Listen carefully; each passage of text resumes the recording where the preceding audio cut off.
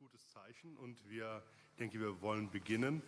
Direkt vorweg, das hier ist meine Uhr, ich checke also nicht meine Mails während der Veranstaltung, keine Sorge, auch wenn das vielleicht manchmal gar nicht mehr so ungewöhnlich wäre. Ja, herzlich willkommen zum dritten Tag unserer Konferenz. And although this will be a section held in English, I take the opportunity to say, first of all, some words in German, because it's important for me to express what I think about this event.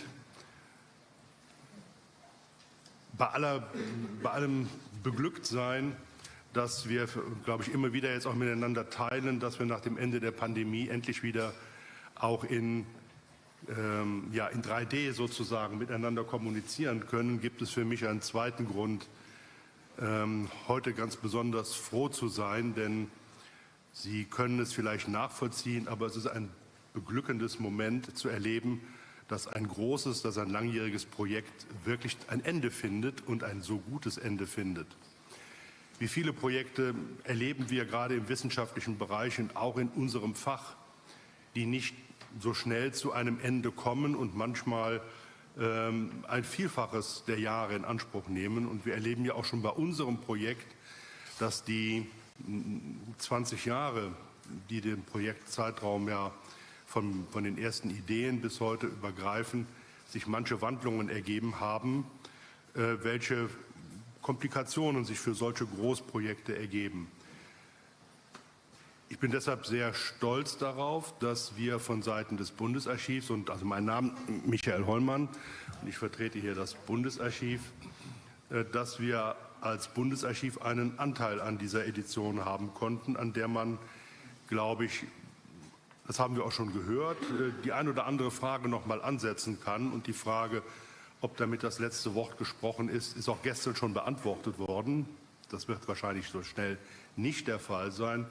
Gleichwohl, denke ich, ist hier etwas Wichtiges geschaffen worden, nämlich eine so gewaltige Zusammenstellung von Quellen, die in ihrer Art und Weise etwas Unhintergehbares darstellt. Denn hinter den Befund dieser Quellen und hinter den Befund dessen, was in dieser Edition vorgetragen wird, eröffnet wird, wird man nicht mehr zurückkommen, zumindest nicht im deutschsprachigen oder auch im englischsprachigen Kontext. Es ist gestern mehrfach angeklungen, dass die Auswahl der Dokumente eine große Rolle gespielt hat. Und auch da denke ich mal, man kann sich fragen, ob die Quotierung der Dokumente, ob das alles dazu führt, dass eine solche Edition nicht doch den Charakter, und jetzt rede ich mal mit Paul Kirn, von Tradition annimmt und weniger Überrest ist. Aber ich würde dem und habe dem auch, wenn die Rede darauf kam, immer heftig widersprochen, denn diese Edition erhebt nie den Anspruch, das ausschließliche Quellenkorpus zur Geschichte der Vertreibung und Ermordung der europäischen Juden zu sein. Und was ich gerade als Archivar besonders unterstreichen möchte, ist, wie wichtig diese Quellen- und archivöffnende Funktion dieser Edition ist und bleiben wird. Und auch das ist etwas, was für mich nicht mehr dahinter kann man nicht mehr zurückgehen. Deshalb bin ich froh, dass wir als Bundesarchiv einen Anteil daran hatten. Und ich freue mich ungemein darüber, dass wir diesen Anteil haben durften. Jetzt bin es weniger ich nehme jetzt hier quasi offiziell diese Position ein. Ich erlaube mir ganz kurz an zwei Kollegen zu erinnern, die sich sehr engagiert haben, Wilhelm Lenz und Hans-Dieter Kreikamp, die nicht nur mittlerweile in Pension, sondern auch mittlerweile verstorben sind, aber denen ich umso mehr danke, auch im Nachhinein für das, was sie hier geleistet haben. Und ich danke natürlich meiner Kollegin Simone Walter von Jena, die die Fahne des Bundesarchivs in diesem Projekt seit Jahren schon hochhält. Well, that was important for me to say in German because what is coming from the heart must be said in the own language. So now let's switch to English. It's a little bit ironic that especially me as a state archivist will have to chair this section, which is held in regard of personal or not official sources. We are talking about jüdische Selbstzeugnisse. No, I like the English word for Selbstzeugnis for the moment, and about self-testimonies. Thank you. And we are talking about documents of Jewish organization, and these are records which are usually not to be found in state archives. But for me it's important to underline that we do not claim as state archivists that what we have in our fonts and our repositories is the whole history, but we are aware that there is another perspective on the history of Holocaust especially, and that's the perspective of people, of the victims especially, which cannot be set in the underground, which is important to understand it as a whole picture. And I resist the idea of holding an own lecture in talking about records, although as an archivist this emphasis is there. So let me introduce to you the panelists of our first panel. It's not so easy to introduce Andreas Wirsching, to say something new about him, and I do not want to say something new about him, but just to have some marks.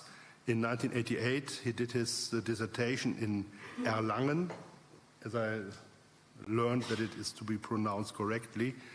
He had his habilitation in 1995 in Regensburg, and after short stations in Tübingen and Augsburg, in Tübingen, he was professor for New History in Augsburg from 1998 to 2011, and since then, since 2011, he is professor of the Ludwig-Maximilian University in Munich, and in the same time director of the Institut für Zeitgeschichte.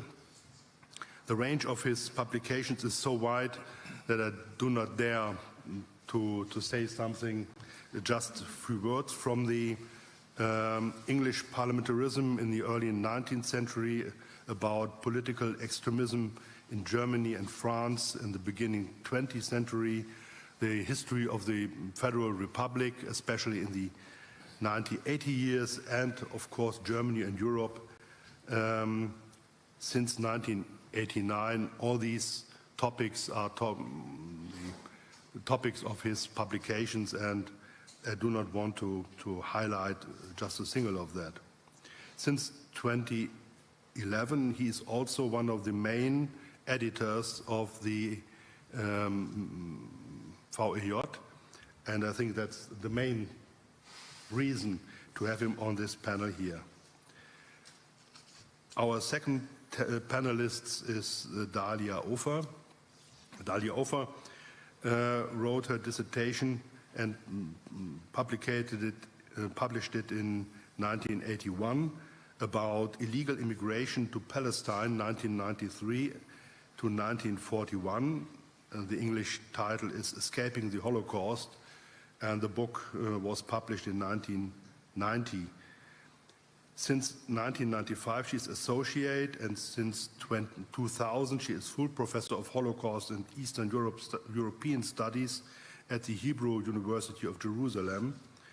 And I think among the many publications you can learn in the internet she has published, I would just highlight two or three. Her book, Women in the Holocaust, from 1998, Holocaust Survivors, Resettlement, Memoirs, Identities in 2012, and Children in the Holocaust in 2019, give us an expression why she is an expert on the topic we will have from now on. And now I will finally stop my introduction. Ja, vielen Dank, Herr Hollmann. Eine kurze Vorbemerkung vorweg. Ich habe mein Papier auf Deutsch vorbereitet und wurde dann gestern gebeten, to switch to the English, what I did. Aber das ist etwas improvisiert, so I apologize for any inconvenience caused by that. Jewish self-testimonies are indispensable for the history of the Holocaust. They reveal the complete unpredictability of the events. On the one hand, our edition clearly shows how the persecution of the Jews was carried out in all occupied territories according to the same principle. Definition of Jewishness, disenfranchisement, concentration, deportation, murder and destruction. Just to refer to Raoul Hilberg's famous stages of destruction. The systematic and the coherence of this process was, I think we agree among the editors, much stronger than the older theses about polycracy and cumulative radicalization suggested. The Jewish victims' perspective, however, was quite different.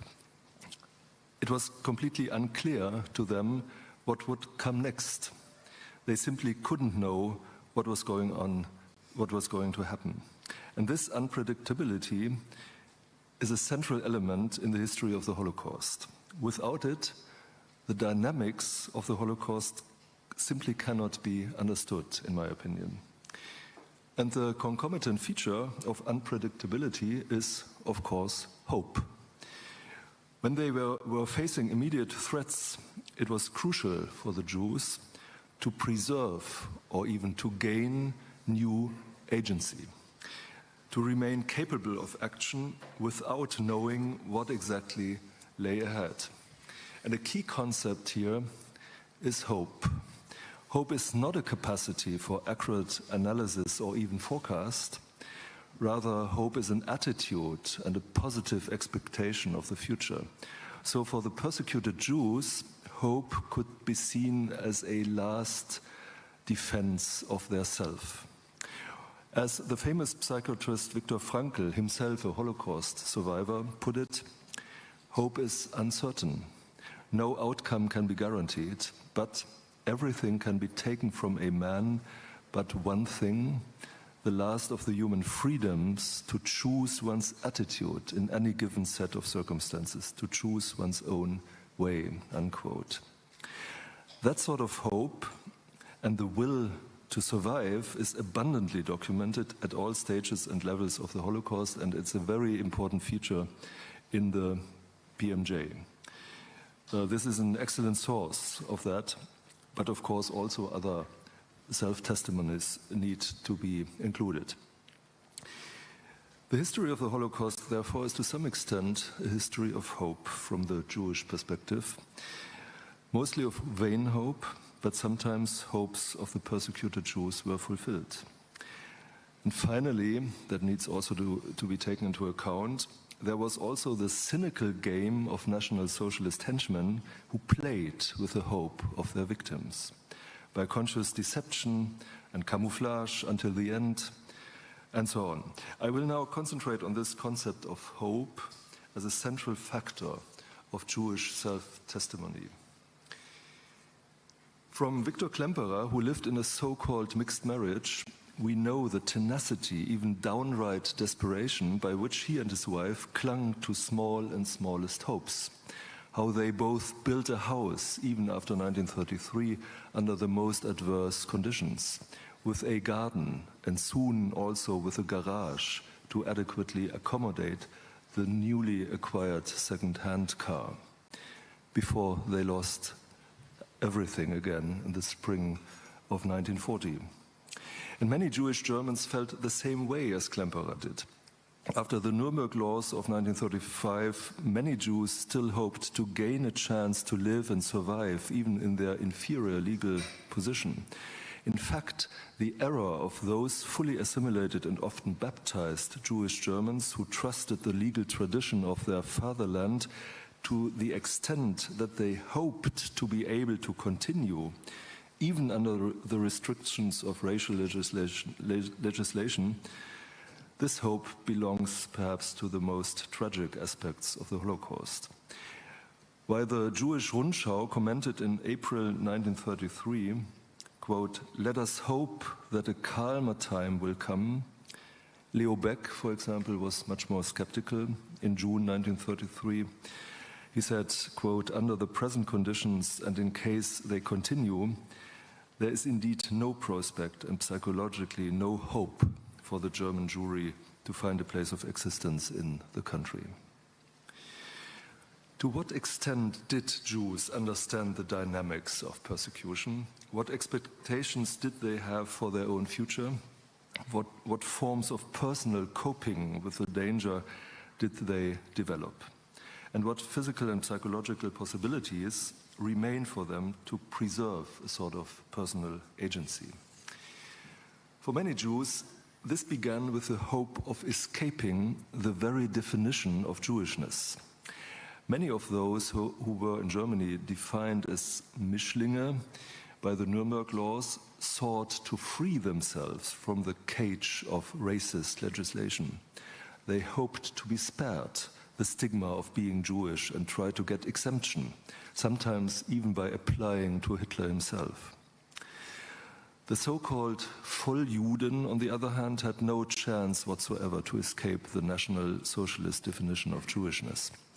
Facing the merciless persecution of Nazi Germany, they were confronted with three typical situations that increased their danger, but at the same time gave new hope. This is a paradox which seems to me very important. The unanimity, the Gleichzeitigkeit, so to speak, between danger, growing danger on the one hand, and hope on the other hand. First, Jews hoped for emigration to escape. Second, they hoped to escape deportation to ghettos and concentration camps. Third, they hoped simply to survive, even after deportation. I would now like to go into these three typical situations very briefly before I conclude by asking about the transcendence of hope and thus about the religious dimension of the subject. First, emigration and flight. There were people who emigrated several times. For example, in 1933 from Berlin to Vienna, in March 1938 from Vienna to the Sudeten-German region of Czechoslovakia, finally at the end of 1938 after the Munich Agreement from the Sudeten region to Prague, always, quote, with a quiet hope of finally finding peace and being satisfied with the most modest corner of life, as the Austrian writer Oskar Rosenfeld wrote. But when in March 1939 the German troops also marched into Prague, there was often no escape anymore. Quite a few of the Jews were deported to the Litzmannstadt ghetto in October 1941 and, like Rosenfeld himself, were murdered in Auschwitz in 1944. For the Jews who remained in Germany, too, the gates of the possible countries of escape had been narrowing since 1938, and the means of transport were booked out for months. Getting enough cash and, above all, the right visa became a race between hope and despair. The hope to escape, after all, possibly to follow the son or daughter who had already emigrated in advance, pervades numerous correspondences. And when neighbors or close relatives succeeded in leaving Germany, the joy over the happiness of the other was often overshadowed by despair over their own situation. The fate of the couple Paul and Amalie Malsch from Düsseldorf, which was mentioned the other day by Susanne Heim, is very well documented in that respect. As of 1938, the Malschs spent years between hope and anxiety. Due to a chain of unfortunate circumstances, they did not succeed in obtaining a visa, and yet they continued to hope. When in summer of 1941 the US consulate in Stuttgart was closed, the possibility of emigration dwindled. "So we certainly hoped to be with you this year," the Malschs wrote to their son in America. "It was not meant to be. Fate wanted it differently. Who knows when we will see each other again? Let us continue to hope. It is the only thing we have left. Hope and prayers were in vain. Paul and Amalie Malsch saw their son and brother, friends and relatives manage to emigrate, some even as late as August 1941, but they themselves were deported on the first Düsseldorf transport to the Litzmannstadt ghetto on October 1941 and murdered at Kulmhof in May 1942. Approximately 160,000 Jewish Germans suffered the same fate. The second typical situation that persecuted Jews were facing was the threat of being interned and then deported. The outcome of this situation was also unpredictable. And that's why the Jews' activity, their energy and all their hopes were directed toward escaping the individual measures or at least mitigating their effects, whether by fleeing or hiding, whether by petitioning the authorities or seeking help from others. Take the example of the dentist Benjamin Schatzmann, a Romanian Jew who had lived in France since 1907. At the end of 1941, he was arrested and taken to various internment camps. Nevertheless, he had high hopes for a better life and wrote in his diary in February 1942 that, after all, quote, "No one can really know the intentions of the authorities. It follows that one can hope for an early release. What joy at the thought that next Sunday we may be reunited. I take pleasure in making plans, and I take it upon myself to fulfill the wishes that have arisen here with me." But Schatzmann's hopes too of escaping the camp didn't come true. In September 1942, a few months after this diary entries, he was deported to Auschwitz, where he was murdered. The Dutch Jew Bob Cahen, who was arrested in August 1942 and taken to the Westerbork transit camp, did not lose hope either. While he described the gruesome details from the transit camp, he wrote in November 1942, "We are still alive, we still have hope." Bob Cahen was deported first to Theresienstadt and from there to Auschwitz. He was one of the few survivors, and he also survived the death marches and was transported to Lübeck at the end of the war. We possess countless documents that testify such hope on the part of the Jews. Even if most of these hopes were in vain in the end, they remained the decisive driving factor, the driving force behind the will to survive. Hope remained the source from which the persecuted drew time and again the strength to act at all and to take concrete steps. Even in the ghettos, this was not fundamentally different. There, the Jews no longer expected to return soon, but they cherished the hope of at least escaping death, even after the suffering they had already experienced. And this brings me very briefly to my third point, that is the hope of survival. In the ghettos, people tried to create a new kind of everyday life. Existing relationships continued, new partnerships were formed, weddings were celebrated, and children were born. Such manifestations of a small private happiness sprang from the hope of tomorrow. They became a resource for enduring the unspeakable. Life, 21-year-old Elsa Binder wrote in her diary in early 1942, "It is very doubtful whether one can call it life. Vegetating? Not even that. After all, I think, feel and suffer. Everything in me is a harmony of pain and hope." Unquote. In the end, there remained the hope to survive through work. In the ghettos and finally even in the death camps, the desperate hope of the Jews was to be considered fit for work in the eyes of their executioners. Quote, "The last hope that work will save her mother and sister is gone." This is how a resident of the Warsaw Ghetto reported in November 1942 on the despair of a friend whose mother and sister had been deported. In fact, however, the vast majority of Jews who survived the Holocaust did so thanks to their strength of labor. The vast majority of Jewish hopes were in vain, and one can ask whether these deceptive hopes, which underestimated the furor of the National Socialist will to destroy, contributed to a certain victim passivity on the part of the Jews. And was it not in fact only the desperate hopelessness that allowed the Jews at the risk of their lives to actively resist their executioners, as in the Warsaw Ghetto or in Sobibor? This dilemma, how long hope is actually adequate in the face of death, belongs to the basic anthropological questions and in the end, of course, touches the problem of transcendence, of the religious.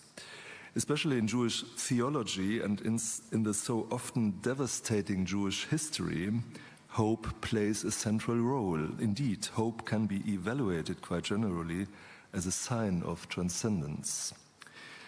But hope for the action of God faced its ultimate test in the Holocaust. While some became believers precisely because of the death-bringing experience, others turned away from the transcendent. Chaim Kaplan, for example, a Polish teacher who was deported to the Warsaw Ghetto and murdered in Treblinka in 1943, regularly reflected on this in his diary. He castigated the lack of rationality of many Jews, the cause of which he saw in their faith in God. He criticized the Jewish mentality, which was characterized by the centuries-old faith in a God who stood by his chosen people. Hope, from this point of view, made it difficult to correctly assess what was happening and in extreme cases led to a denial of reality. The transports do not stop, Kaplan stated in June 1942, but we have always been and will remain a people committed to hope. The Jewish faith is wonderful. It can produce states of mind that have nothing to do with reality, unquote. Kaplan came to the desperate conclusion that God did not exist at all. Others, of course, came to the opposite conclusion, and in this respect, the history of the Holocaust as a history of hope is ambivalent and to a certain extent open-ended. What this story tells us in any case, however, is the insight that hope belongs to the innermost core of humanity, of human existence, and indeed makes human existence possible in the first place. Even under the most terrible external conditions, this story teaches us the hopeful human being is able to defend its autonomous self and thus to gain agency even in the face of death. As 73-year-old Esther Galla, already deported, wrote to her son in 1941, quote, "Life here is like in a prison camp. Life is no longer very pleasant for old, sick people, nor for us. I still continue to hope." Thank you very much.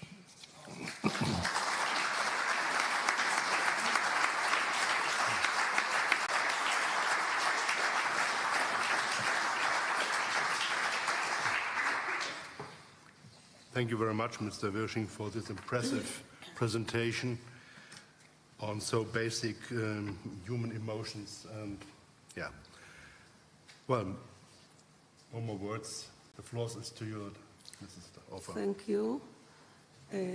Well, I will start with really. It's okay? Now you listen? Okay, you hear? Okay. I will start with saying thank you that I'm here, that I was invited. And not only because I had to prepare a paper, which is nice, and it makes us work, which is important, but also because I see here so many old friends that I haven't seen for many years, part of it because of the COVID, part of it for other reasons, so it's really a very friendly and nice environment for me to be here, and I thank you. I want to start with a story that is connected to the project. Don't take the time for me for this story, because when my friend Susanna told me about the project, and we know that it was many years ago, after a while I was meeting with the mother of one of my best friends from high school. And she was from Germany. She immigrated with my friend, who was 1 year old, to Palestine. And when I visited her, it was many, many years later. We were already, she was a grandmother, I was an adult. And she told me that she has letters of her mother that could not immigrate. She didn't get a certificate to immigrate to Palestine, and she was left here in Germany, and then was in a forced labor camp and was sent to a death camp. And she said, I never told it to my daughter, the fact that we have the letters, I have it in the attic. One time when you come to visit me, she knew that I'm working on the Holocaust, I would like to see the letters. A short time later, she passed away, and I told my friend what she told me, and they found the letters. And we looked at the letters. Many of them were written in Gothic letters, which I couldn't read, and neither my friend. And we saw the last letter that she wrote, according to the date, that she gave it to a neighbor of hers. And the neighbor sent it to my friend's mother after the war. And she was telling what is happening to her and that very soon she will be deported. And then we took the letters, we brought them to Yad Vashem, and I told Susanna about the letter, and the letter was published in the volume. And with a lot of, endnotes and notes that told about the family. And my friend learned from the notes that you prepared here in the project many things about the family. It was a very moving experience for the family, for my friend and her sisters and brothers. It's a Bach family, quite a known family in Israel. Gabriel Bach was a high court person and a judge. And this really connected me in some way to the importance of the project, not only as a historian that I thought, wow, how important it is to have all these documents and the variety and all of Europe, such a pretentious project, but I saw suddenly that it really touches the life of a person who was, living in Palestine, Israel, very happily, knowing about the past, but not really. So I start with this because I really feel that the project extends its importance and its value beyond us, researchers and students. But now I will go to what I prepared as a lecture here or presentation, which is from the perspective of a teacher, of a university teacher, and of a researcher. I'm sure that each of us, on opening these heavy volumes, The Persecution of the Jews, have wondered how to use them for research and teaching. In the following remarks, I will elaborate on this through the angle of Jewish self-testimonies using documents from Volume 9, Poland, Central Government, August 1941, 1945. The term Jewish self-testimonies refers to a variety of documents. Self-testimonies may be described as narratives written in first person. Some deal mostly with the personal.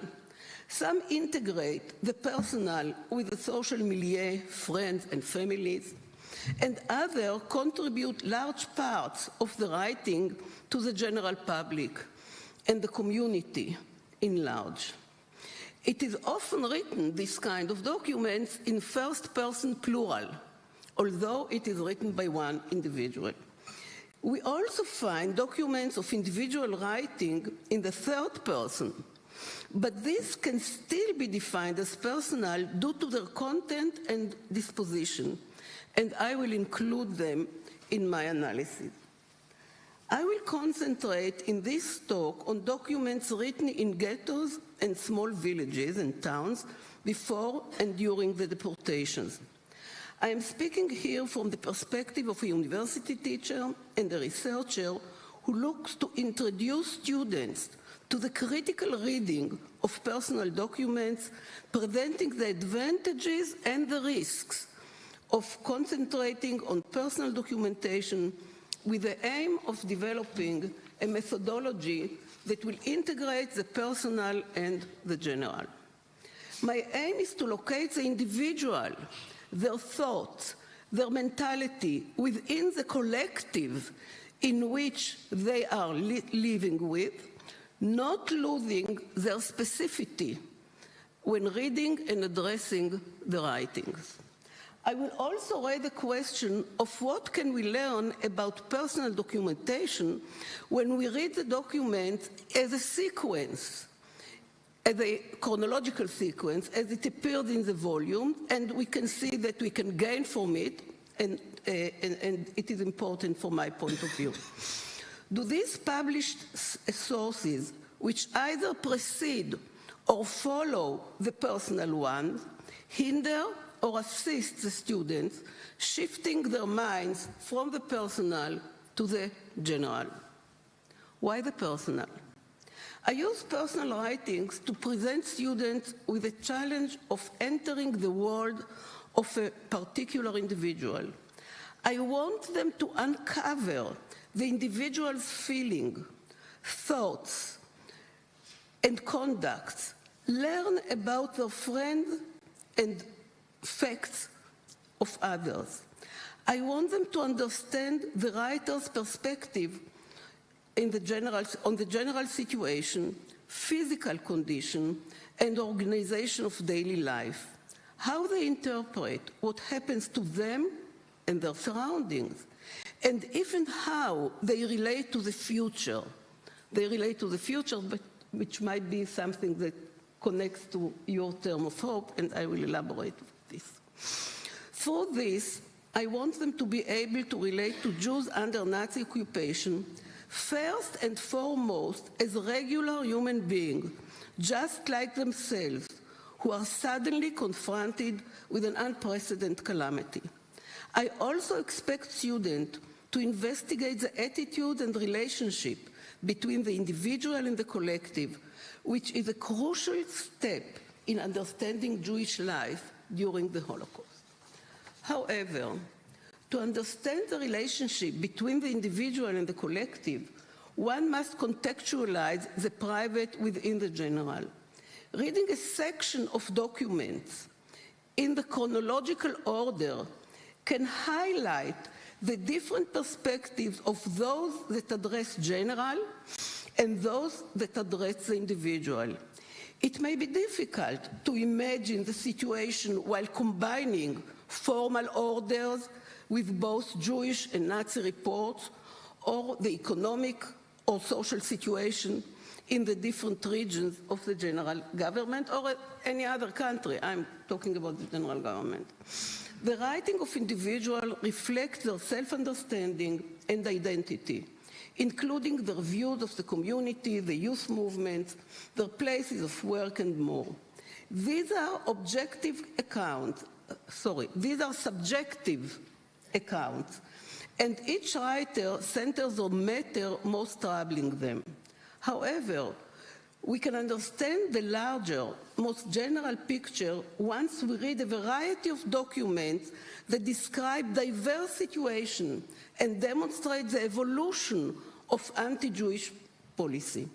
Such reading is a good exercise in extending our historical imagination and while crossing the bridge from our own reality into the difficult past.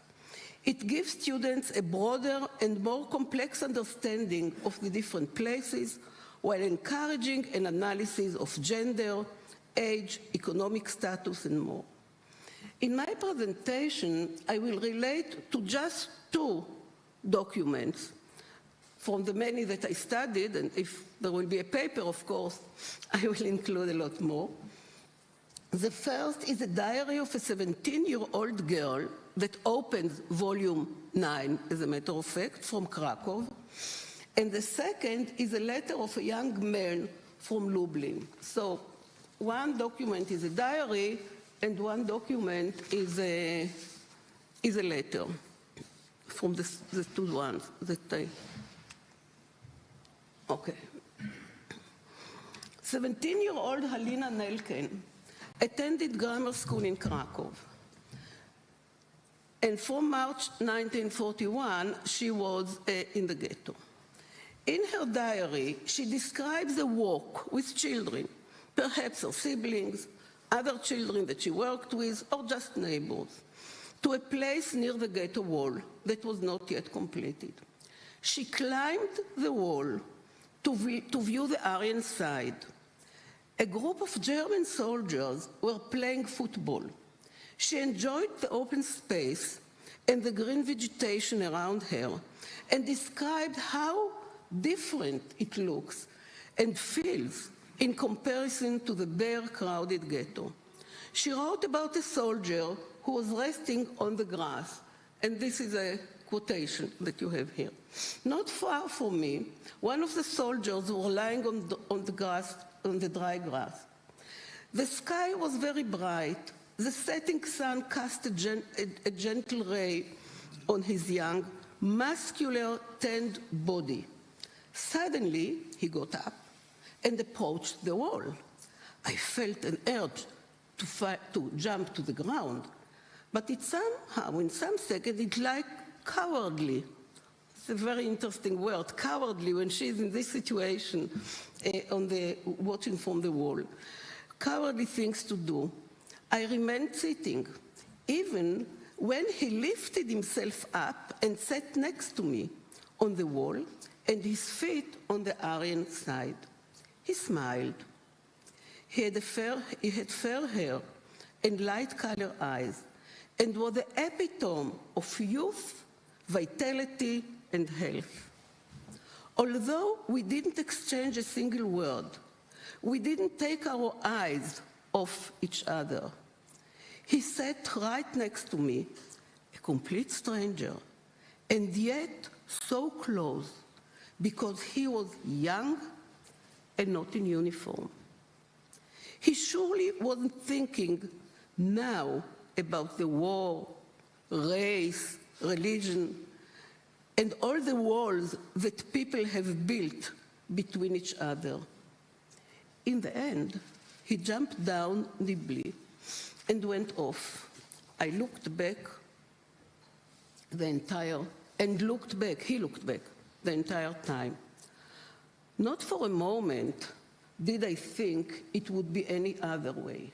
Yet, I somehow felt a pinch of remorse as his silhouette disappeared among the green fields, gently glided by the setting sun. Halina is a young girl, staring in an attractive young man whose eyes express everything, in her eyes, his eyes, express everything but war, killing, and cruelty. She carried the sight with her and at home, reimagining the vision that her yearning for romance. A sensual and sensitive young girl who simply wants a relationship with an attractive young boy. She remembered a famous tango dance. I don't know this tango dance. I still have to ask a Polish, someone from Poland to tell me. Probably it's something quite known. And she performed the tango alone at home. This act of imagining encouraged her spirit, and she wrote a poem describing her protesting thoughts, which related to the war. Did it move? No. Okay. so I start on this act of imagining encouraged her spirit, and she wrote a poem describing her protesting thoughts, which wander from intimate self to a universal approach of youth, war, of the soldier, and him, the soldier, as a captive bird. This is the image that she described as soldier. He is a captive bird of the war. In the poem, she dares to read the soldier's thought about the war and what has taken away from him and her, and wonders about the meaning of ghetto walls which testify to the authority in contrast to their desire to be together and enjoy life. I will not read now the poem because of the time, but you have it here on the wall, and I guess you read this, and I will move to the other part of it. Did it move? Okay? Okay. It moved twice. So. It moved twice? I don't know, how do I go back? Smaller one.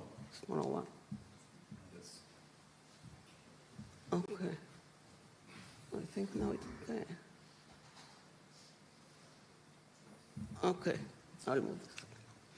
This diary entry expressed the conflict between the instinct and the wishes of young people, their sense of feeling, and the intensity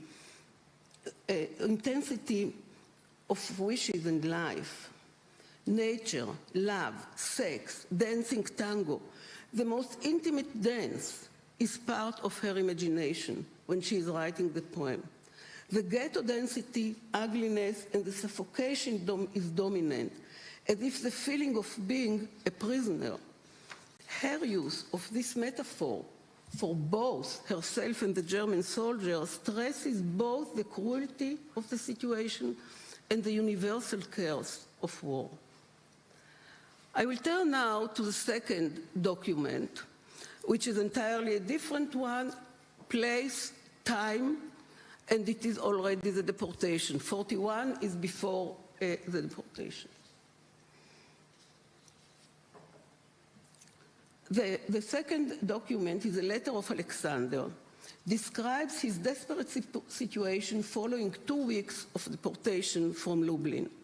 It is a cry for help, a mourning of the community, and a faint hope to stay alive. 2 other facts should be mentioned here. First, Alexander refers to contacting a more privileged friend or relative for help. He is simply calling him P, and we couldn't identify him, with no other identifying details. Tell him, he writes in the letter, this Mr. P, that a fire is devouring the rest of those who remain in Lublin. Help me if I am still alive. Until then, I will be extremely careful if I only succeed with this. The second comment that I want to stress is something that he says about the Judenrat in Lublin and the situation that is around him, and he says, in Lublin, I think I should.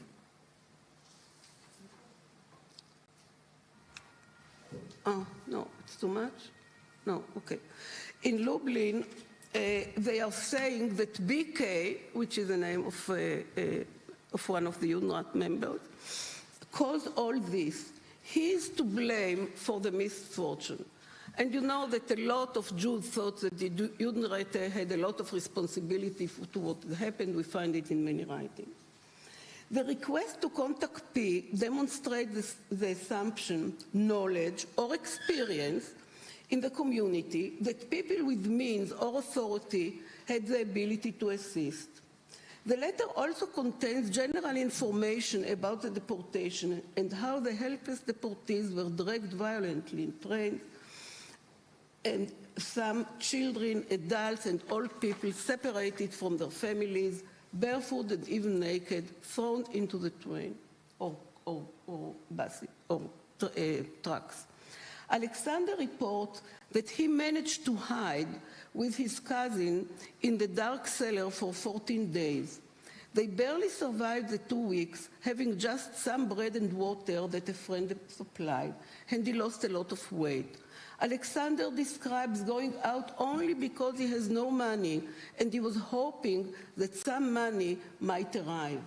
He is alive, but surrounded by death, confronted with a catastrophe. He realizes the total helplessness of his situation and his loneliness. It is a desperate letter, a description of great tragedy and almost total helplessness. However, he is doing something. He is hiding. He goes out to see what happens. He tells his sister where to look for help. He also reflects on the situation, claiming that the fact that the people do not know what is going on and believe that they are being really resettled assists the Germans. It is the writers important to use the knowledge and to spread the knowledge so people will know what the violence of the Germans really means. And in the letter, when he ends the letter, he ends it like it is a normal letter. I send you warm and affectionate regards and deeply heartful kisses too, in the hope of seeing you again and writing to you in the future. This moving letter delivers basic information about how deportation took place, the horrific sense of women and children being dragged into the train, the trucks and the number of people that were deported, and how the ghetto looked after 14 days. But if we read the document that is next to it, just following this letter of Alexander, we shall find in the volume a document from March 31 that tells us about minutes of the meeting of the Jewish Council in Lublin and signed by members of the councils. And this document of the meeting that took place a few days after he wrote the letter, it reflects the deportation process of the Germans and their need to get the Jewish leadership to cooperate and have complete control on the Judenrat. And what they say, they tell that nobody will be spared from resettlement, even if you have an Ausweis, if you don't have an Ausweis, everybody will be part of the resettlement. And since the community becomes smaller, we don't need so many people in the Judenrat, so 2 people are not in the Judenrat anymore. And you probably can imagine what they were feeling when they were thrown out of the Judenrat, which they believed wrongly, but they didn't know that it's wrongly, and might be here that your hope is coming in, is that they were somehow safer if they were Judenrat. So I would like now to conclude. Okay? Thank you very much. Yeah. No. A few more sentences I have to say. According to the editors of this volume, one of their central goals was to encourage a study of students' of Jewish self-documentation. The volumes offer a rich and diverse collection that facilitates the emphatic study of Jewish protagonists.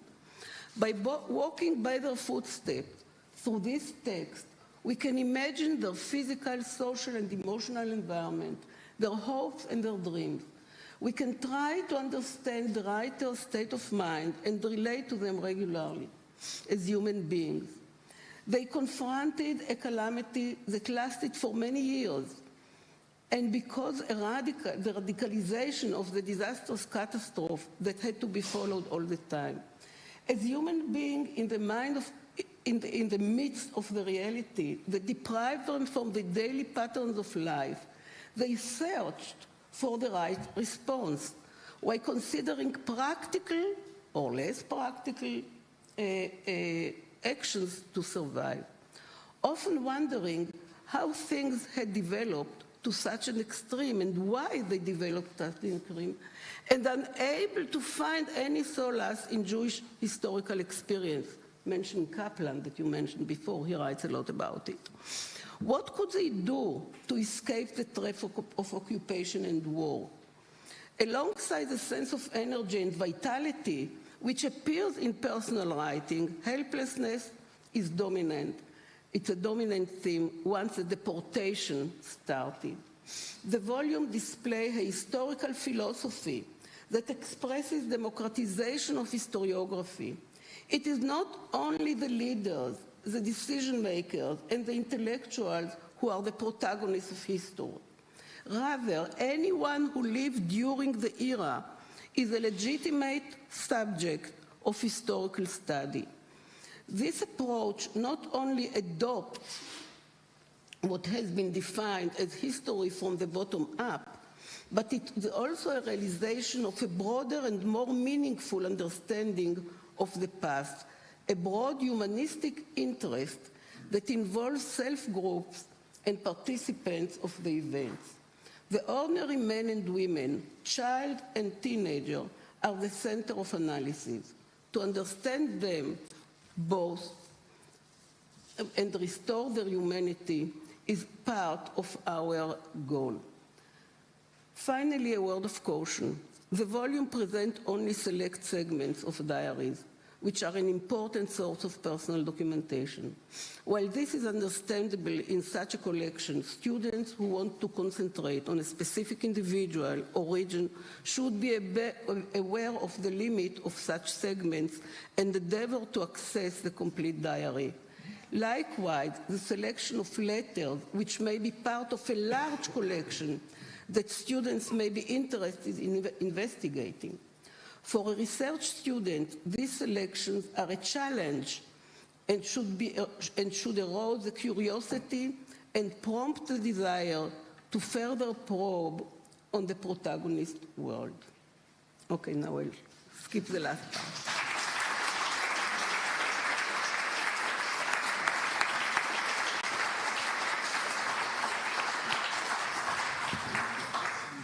Thank you very much for the presentation, Ms. Ofer, Herr Wirsching. And now we have a very short break from 2 up to 3 minutes to change the panel. Vielen Dank für Ihr Verständnis. Ja.